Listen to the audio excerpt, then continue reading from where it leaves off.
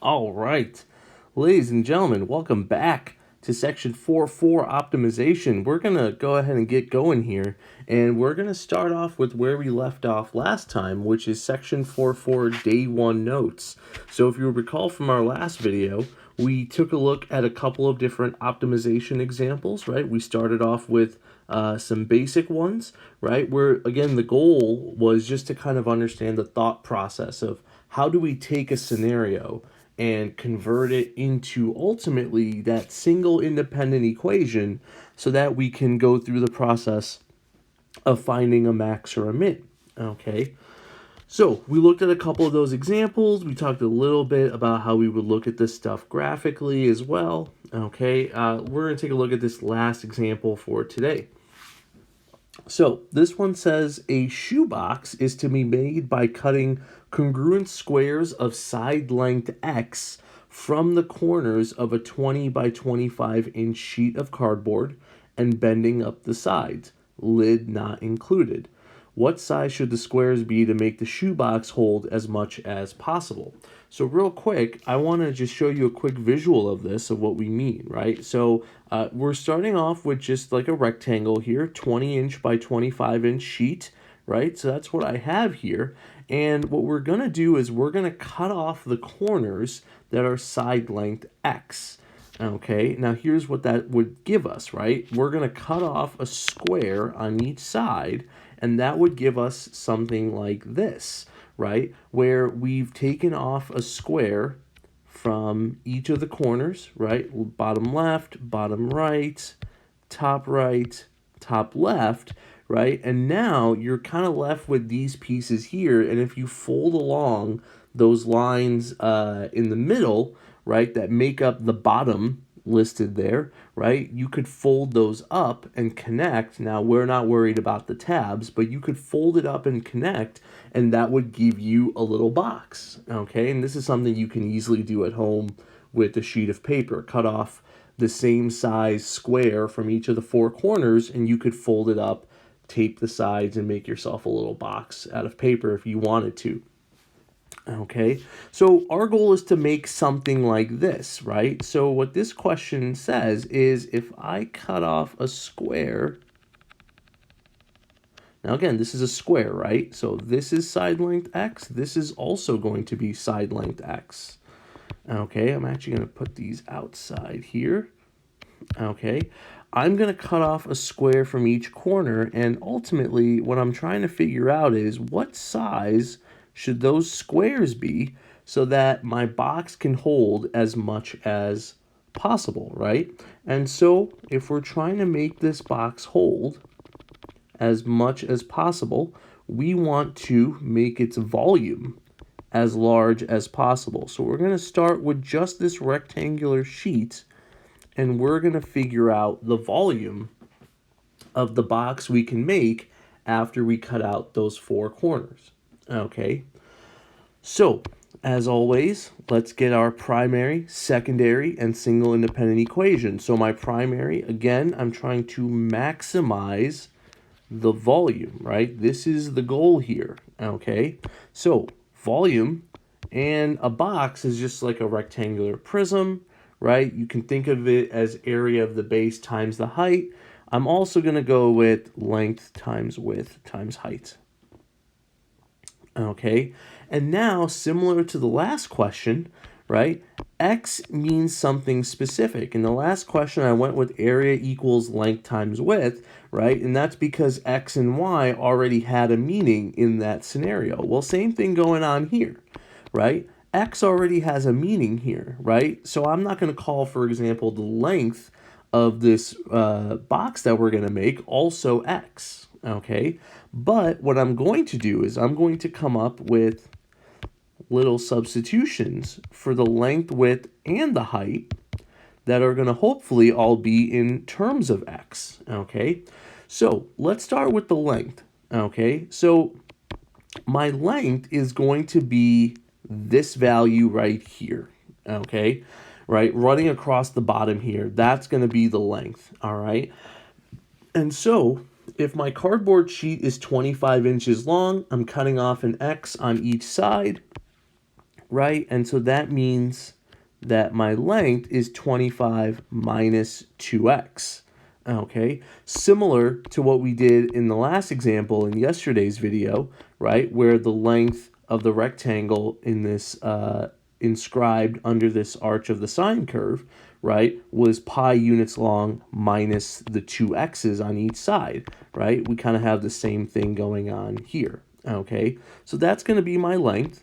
My width is going to be this part here, right? So again, 20 inches on that side, and I'm going to subtract 2x's from each side. Now, one thing you might be asking is, does it matter which one is the length, which one is the width? It doesn't matter. You could switch those L and W's, and it would not make any sort of difference, okay?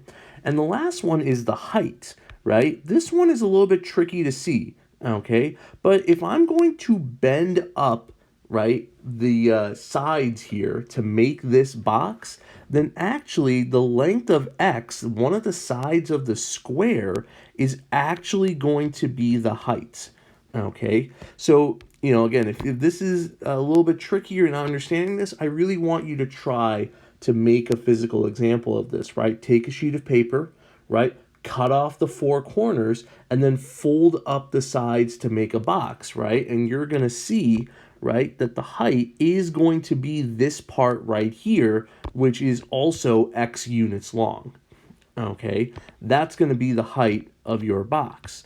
And now, again, you know, we're making a physical box here, right? And so just like yesterday, right, length, width, and height all have to be greater than 0. So I'm going to combine these into kind of one step here. Okay, 3 inequalities here, right? Length has to be greater than 0, width has to be greater than 0, and height has to be greater than 0. Okay, so let's take the equations though and plug them back in to my volume, and this is going to give us a single independent equation, volume, just as a function of x, of length times width times height. So we're going to have 25 minus 2x times 20 minus 2x times the height, which is just x. Okay, and now we can go ahead and FOIL and distribute that x, and we can get that v of x is going to be, and I'm going to rewrite this to be in standard form, we're going to get 4x cubed minus 90x squared plus 500x. Okay, remember, don't forget about the height, right? That last x there on the right side has to be distributed so that v of x, every term has an x in it, right? There are no constants here. Okay, so this is my single independent equation, volume just as a function of x, and now I'm going to try to find its maximum. So we start with our same steps. Step 1, domain, okay? And so we know from the height that x has to be greater than 0, right? X cannot equal 0 because we have to cut something, otherwise we won't actually be able to make a box at all, okay? So now we have to find an upper bound. And so we can kind of do what we did yesterday, right? We can kind of look at some of the inequalities that we get, right? 25 minus 2x, right, is greater than 0 because the length has to be a positive number, right? And if we solve this inequality, we're going to get x is less than 12.5, right? Which is, okay, that could work, right? But if you use the inequality from the width, right, 20 minus 2x is greater than 0, you actually get x is less than 10. So for our domain, we actually want to use that second value, right, that 10, okay, because we want the upper bound for the domain to be like as small as possible, right? Because if x is less than 10, well, then it's automatically less than the 12.5, right, which we get from the length, okay? So we don't have to use the solution to that inequality, right? We can use the one from the width inequality and just say x is less than 10. So that's going to be my upper bound for my domain. Okay, Step 2, critical numbers. I need to take the derivative of v prime of x, right? Little product rule here, 12x squared minus 180x plus 500. Okay, now before I set this equal to 0 and does not exist, I'm going to help myself out here a little bit, right? And see if I can factor something out of these. And I can't really do much, but all of these are divisible by 4. And so that's going to give me 3x squared minus 45x plus 125.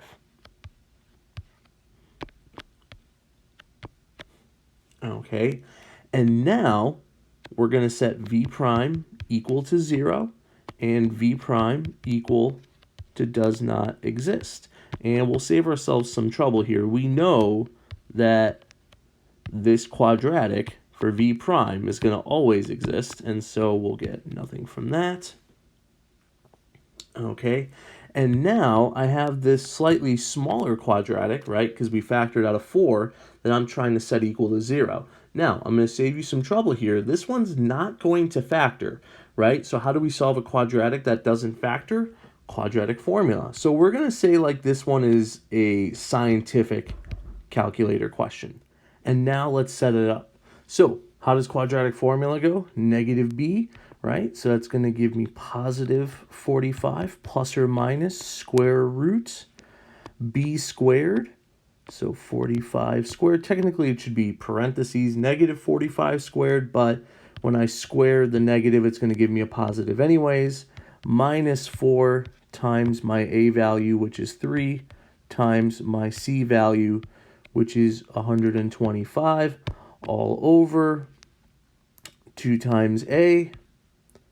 And so that's going to be 2 times 3, right? And so again, right, let's, pretend we had a scientific calculator here. We would do this. We would get 2 answers. We would get 11.319 and 3.681 as my 2 critical numbers, right? All good with that, right? Right? Yes? No? 2 critical numbers? No. 11.319 is not in our domain, right? And this is why it was so important back up here to establish that the domain wasn't x is less than 12.5 for the upper bound, right? It had to be x is less than 10 because, right, this 11.319 is a critical number, right, for the entire function, just not over our domain, okay? We want to stick with just the 3.681. So now, step 3, right, we have to test this extreme value. You guys know me. I'm a second derivative test kind of guy. So v double prime is going to be 24x minus 180. And so now I'm going to plug in 3.681, plug in my critical number into my second derivative. So 24 times 3.681 is definitely not bigger than 180. So when I subtract 180 from it, I'm definitely getting some negative number, right? Which is less than 0, which is all that I really care about here, right? And so if the second derivative is negative at my critical number, that tells me I have a local maximum at 3.681. I should write x equals 3.681. Okay. No endpoints to check, right? So I don't really need to do anything for step 4, right? This local max is going to be my absolute max, okay? And now let's go back and make sure we answer the question, what size should the squares be? What size should the squares be? So my squares are x by x, right? And we know the x value. And so my final answer is going to be 3.681 inches by 3.681 inches.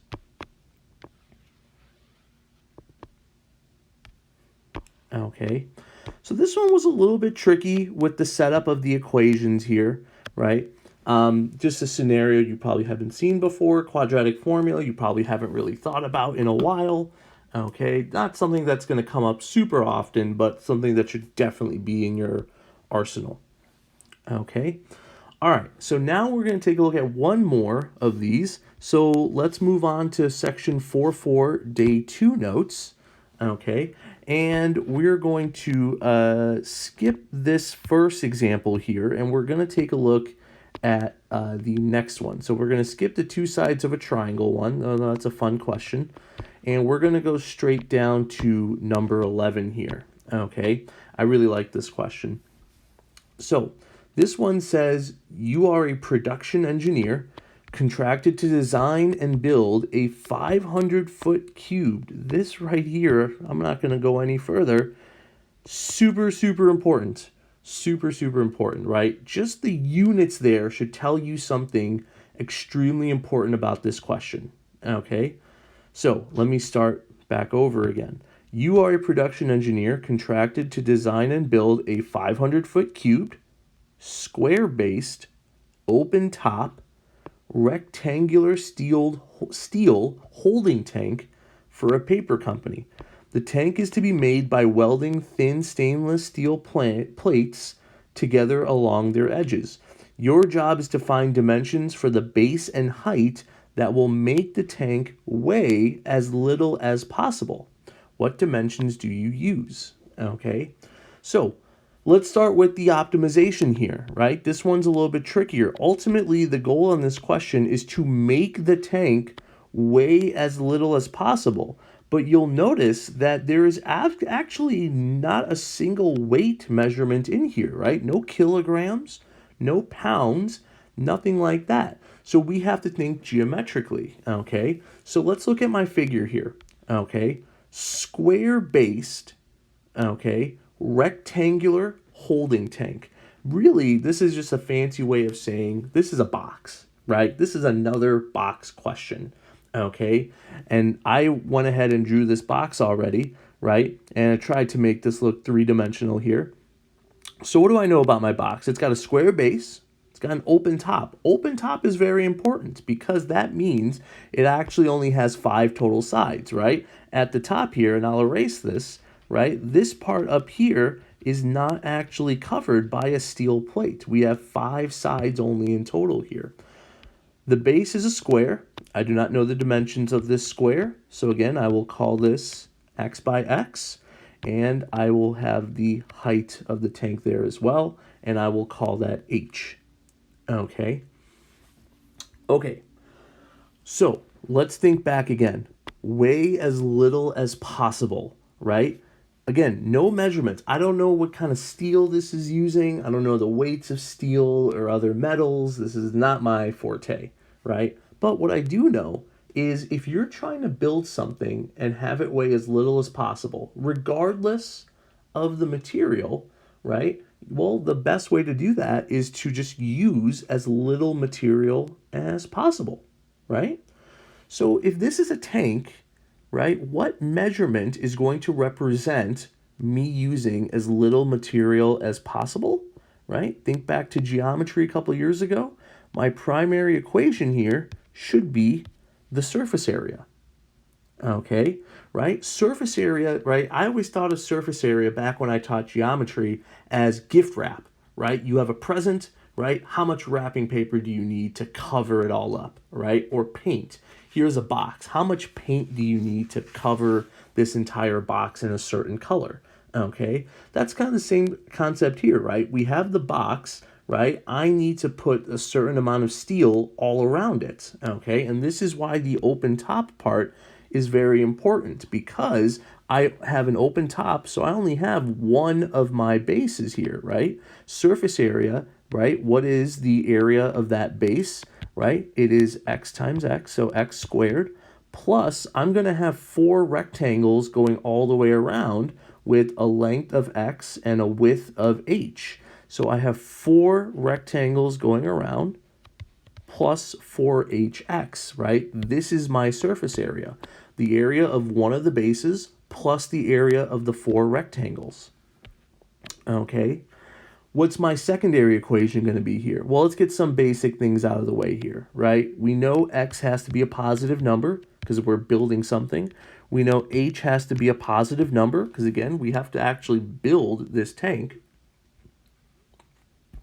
And now we come back to the first number in here, 500 feet cubed. This tank has a volume of 500 feet cubed, right? So what's the volume of this? Again, this is basically a box, right? Length times width times height has to equal 500. 500 equals x squared times h.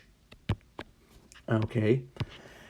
And now for my single independent, we have a choice. Let's come back to my surface area function, or excuse me, not a function yet, right? And what I do notice here is that there are two x's and only one h, right? So if I'm trying to put something in, right, which one is it going to be easier to plug something in for? Now, I could go to my volume here and I could solve for x, right? But it's x squared, so I'm going to have to take a square root after I divide over the h, and that's going to be a little bit messy. I'd rather not deal with that. So I'm going to solve for h in my volume calculation, right? And so that's going to give me that the height is 500 divided by x squared. And now I'm going to go ahead and plug that in for the only h in the surface area equation. Okay, so now I'm going to get surface area as a function of just x, and we're going to get x squared plus 4 times 500 is going to be 2,000. And there's already an x there, and I'm going to divide by x squared, so that's going to leave me with 1x in the denominator.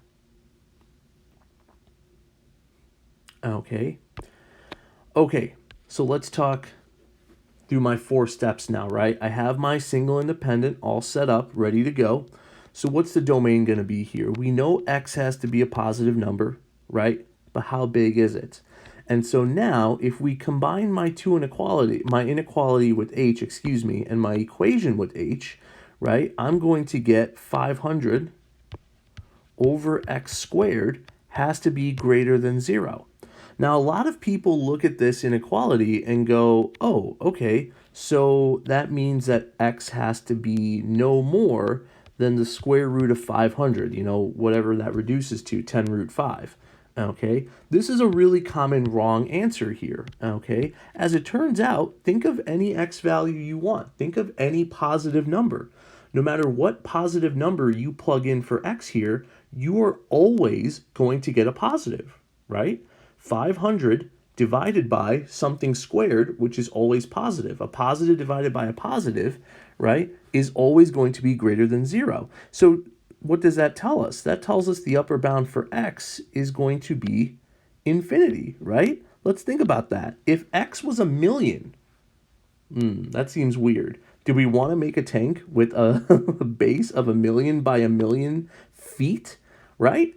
Theoretically, we could, right? Because we could plug x in to our h calculation. We're going to get a really tiny number for h, right? A super, super small, a very, very shallow tank, but it would still have a volume of 500. No matter what x value we pick, as long as it's positive, we're going to get a positive h value, right? And we're going to be able to get a volume of 500. So this one is a little bit different, right? We can get x to be all real numbers here, okay?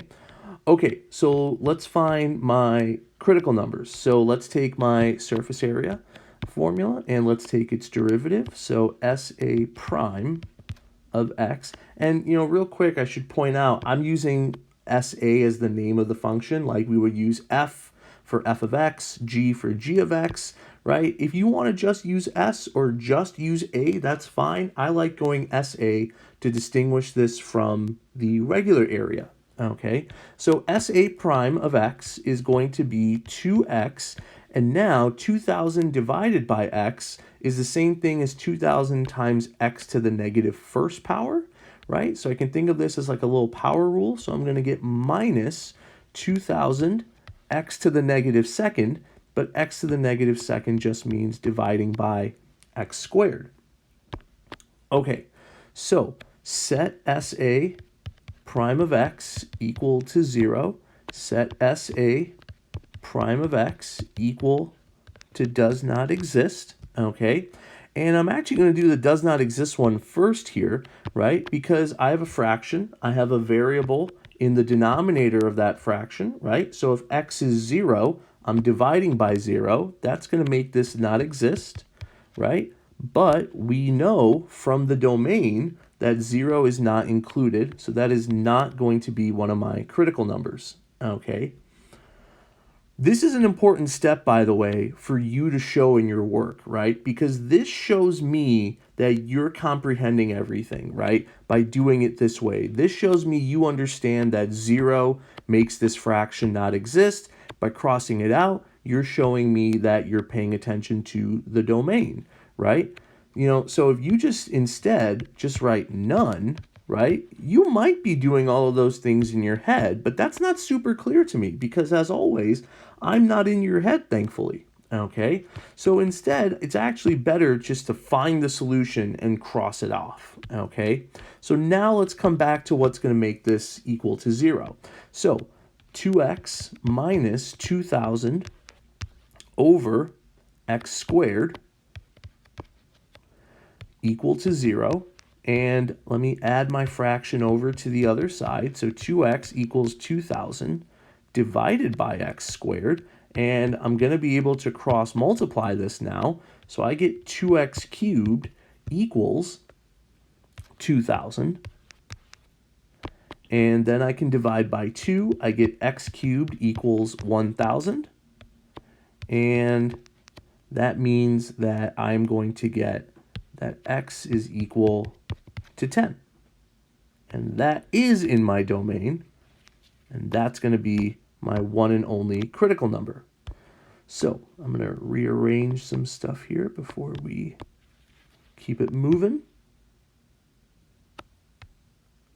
Okay, so my only critical number is going to be x equals 10. Okay, so we have our critical number. As always, we can go to step 3, right? You guys, you know me, right? You know I'm a second derivative test guy. So I'm going to stick with what I like, which is my second derivative test. So SA double prime of x equals, so take the derivative of this, right? We're going to get just 2. And then again, this can be rewritten as minus 2,000 x to the negative second. So I can use the power rule, and I'm going to get plus 4,000 over x cubed. And now, what is the second derivative at my critical number, right? Well, let's see. 10 cubed is 1,000. 4,000 divided by that is a positive. 2 plus a positive, right, is ultimately going to be some positive number, which is greater than 0, right? Which tells us we are concave up at a critical number, which means that we have a local min at x equals 10. And what was this question asking us to find? Well, actually, sorry, before we get to that, right, no endpoints to check here. So my local min is going to give me my absolute min, okay? And now, what was the question asking us to find? What dimensions do we use, right? Well, the dimensions of the tank are x by h. I already know what x is, so let's solve for h, which is 500 over x squared. So h is 500 divided by 10 squared, which is 100. 500 divided by 100 gives me 5, right? And so x by h, so this tank should be 10 feet by 10 feet by 5 feet. And that will minimize the surface area, which means it'll use as little material as possible. So it'll weigh as little as possible while still giving us a volume of 500 feet cubed. Okay? All right, so that's all we have for today. I will see you all next time.